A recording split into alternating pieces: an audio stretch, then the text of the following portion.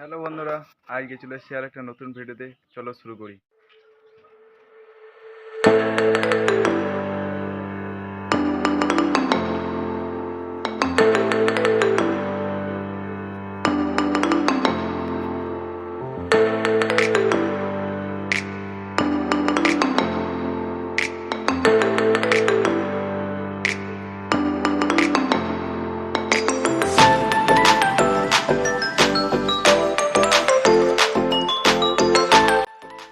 এটা হচ্ছে আমাদের শ্যামপুর পাড়ায় হিন্দু মিলন মন্দির, যেটি পরমানন্দজি মহারাজের প্রতিষ্ঠিত একটি মন্দির। তো বন্ধুরা, আজকের ভিডিওটি এই পর্যন্ত।